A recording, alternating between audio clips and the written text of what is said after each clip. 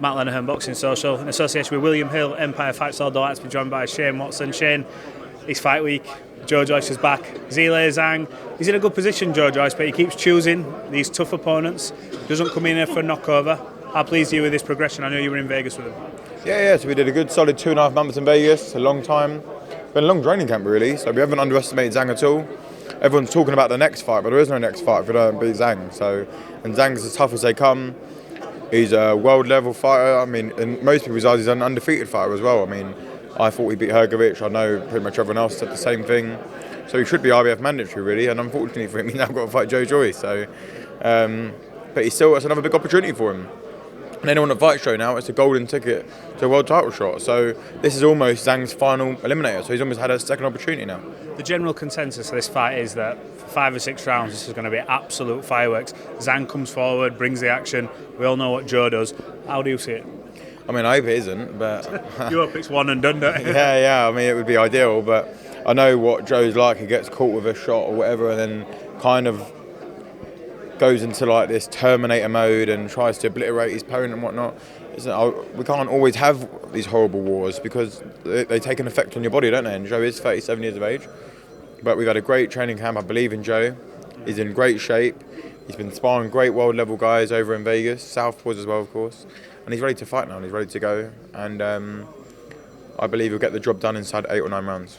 How long do you think it'll take for him to actually get his hands on like a legitimate like opportunity for a world title? I know he's interim champ, but how long before he's actually going in with the likes of a Fury or an Usyk? I mean, who really knows? Because it's so confusing. I mean, AJ's saying he wants to fight every couple of months, and now he's not fighting until December. Calling out the likes of Joe Joyce and that 24/7, with of course no real intention of fighting him, because then you just announce. Who's on that, AJ? Yeah, but AJ. Then why are you now fighting in December? Not one offer was made or conversation either, really. So it's a bit frustrating. But listen, AJ might be having a big fight. I'm assuming for you to say you're not fighting until December, you've got to be having a mammoth monster fight.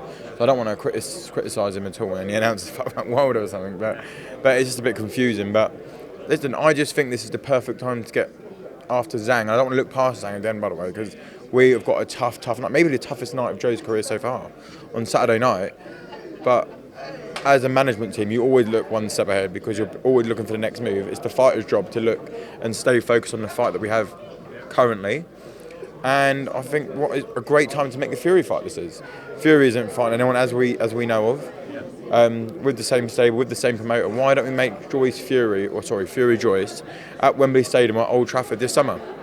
Fury's getting a lot of stick right now from the fans because of failed attempts of Usyk and whatnot. That'd be a perfect fight to get the fans back on your side. So, what do you make of the comments from Anthony Joshua in relation to a Joe Joyce fight? He seems to casually quite say, yeah, I'll take that fight. We never seem to go anywhere with it. I know cancellations happen because of social media, but what do you make of it? I mean, everyone seems to say that, and then when it actually comes to talking and making fights, it's a completely different story. He's never once made an offer, he's never once picked up the phone to try and make an offer or any kind of fight. So I think he just kind of says it to build up his own fight week because that's what he was doing, and now he's announced he's not fighting until December. Absolutely. In your heart of hearts, what happens this Saturday? How does Joe beat Zhilei Zhang? Has he just got to do what Joe does, walk him down, get him out of there, or will we see something different? I think he can start working him off the jab, working the body a little bit maybe, but I'd rather him not take 4 or 5 flush left hands around or whatnot, but that's kind of like the Joe Joyce style, makes him entertaining. But I think we can get Zhang out there within 9 to 10 rounds, an emphatic stoppage, and then move on to bigger and better things. But listen, it's going to be a tough fight. This is the best heavyweight fight currently made in heavyweight boxing right now.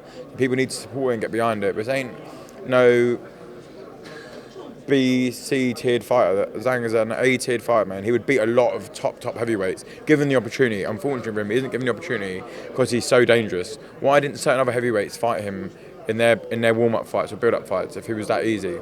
But they didn't really fancy the risk, and that's the bottom of it, and that's the figure of it. It's a tough night, and Zhang would beat certain names even on their best nights. So can you imagine if Zhang was maybe in there with a certain other big heavyweight fight that happened the other weekend? Who knows what could have happened, do you know what I mean? But do you think an informed Zhilei Zhang would have beaten the Anthony Joshua that turned up last week? I believe so. Zhang can seriously punch, and if you're a man lacking confidence, one person you don't want to be fighting is Zhilei Zhang, man. That guy can seriously punch. And not only that, by the way, he's got good boxing ability as well. He's an Olympic silver medalist at the end of the day, so he's got superb boxing ability. He can set up knockouts as well, but it would have been an interesting fight. Look, Shane, I appreciate you talking to Boxing Social. This is about to start. Dev's probably going to kill me. If not, we'll catch up later in the week. Take it easy, mate.